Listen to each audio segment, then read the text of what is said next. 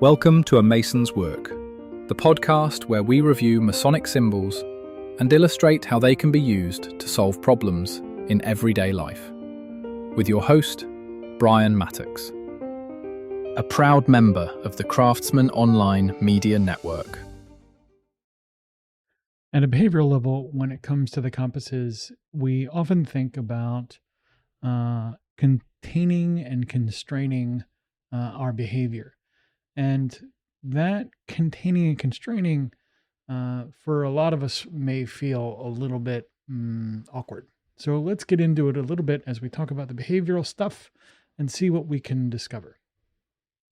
To use the compasses well is to begin to understand the impulses that you have in your everyday life, right? There's tons of those. You're going to find them multiple times throughout the day, multiple times throughout even a 5-minute period. The first thing you're going to want to do as you try and get control of your behavioral stuff, particularly as far as the compasses is concerned, is sort of count and name your impulses. If you know what they are, you can begin to constrain them in a way that does not suppress or repress them. So we'll talk about that too in a moment. But first things first, counting and naming your impulses is extremely valuable. Being able to know what you're feeling when you're feeling it, which for some of us sounds very, very elementary, but for a good number of folks, myself included, it takes a long time to figure out, more often than not, what I'm actually experiencing, what's happening, what's the impulse that's driving me to do X or Y or Z before we, even are consciously aware of it. Oftentimes our hands in the cookie jar, or our, mind has sort of drifted off into some sort of doom scrolling or what have you. That impulse control, being able to name and clarify what those impulses are, is sort of step one. Containment and the next sort of constraint is step two. And that is not about repressing desire. To be quite clear, when you repress or suppress those impulses, you're denying their sort of right to exist. And that turns into a bunch of ugly stuff way later. So naming them first and then working towards a productive application of those impulses and kind of redirecting is much, much more productive. If you imagine internally, you're a lot like a child, right? And as a child, it really doesn't make sense to get into a philosophical or theosophical war about whether or not you should clean up your room. What really makes sense is you should be redirected to turn the process of cleaning up your room into something that is more fun or more productive. If you talk to anybody or work with anybody who's, regularly interfacing with children, the power of a redirect is just profound. Good news, it works for you too. So taking some of these impulses as they arise and using the compasses on them to redirect and constrain that behavior into something that's going to be useful is really important. Another thing to bear in mind when it comes to this stuff is that sort of being aware of the impulse as a step one is really, really great. Step two is being aware that when your impulses are no longer serving you. So it's not a problem, for example, to, have an impulse to go, maybe eat something super sweet or go have a drink or what have you.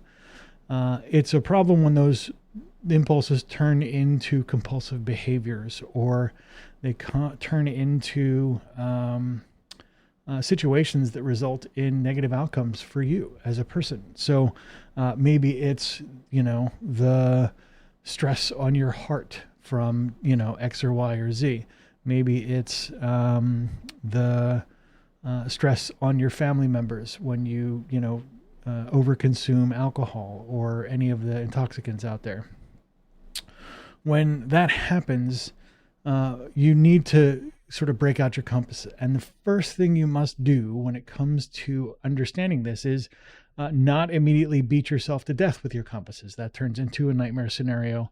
Again, that repression and suppression and all of the kinds of negative self-talk that come from getting control over your impulses and desires. Shame is not productive here, right? You want to name these things, you want to name these impulses, you want to name these behaviors, and then you want to build a rational plan for moving forward. In this way, the compasses are going to be a very, very useful tool for you, as they are for many Freemasons trying to solve problems in their everyday life. Be mindful, again, that the compass helps you become aware of and may help you structure some solutions for. It is not a tool by which you kind of beat yourself up or attempt to turn into some sort of ascetic, right? So it's just as bad to over-constrain your desires, to try and say, listen, I'm going to go live this monk kind of lifestyle with, no surplus food, no surplus any of the things, and try and deny all impulses. That doesn't work either. It's not sustainable long term. It may feel good for the moment as a kind of black and white scenario, but you want to live a full and productive life with people around you, and sometimes that means enjoying nice things. So, like food. So as you go through this, this process with your compasses, again, be mindful of those impulses and where they become excesses and where they become something that you can kind of work with to reshape into more productive behavior.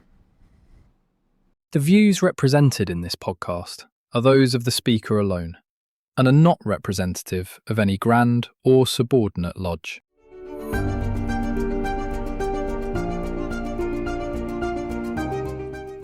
Hi, Brian here.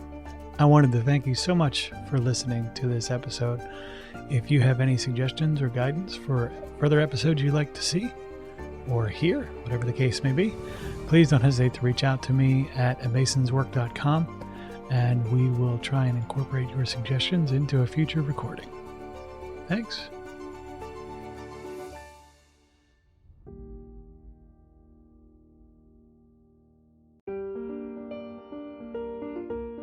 Freemasonry teaches us that the true work is within, a lifelong journey of reflection, discipline, and discovery.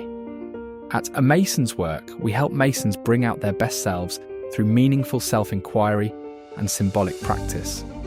From personal reflection to lodge engagement, we offer tools that turn symbols into action. Visit us at amasonswork.com. The work is within.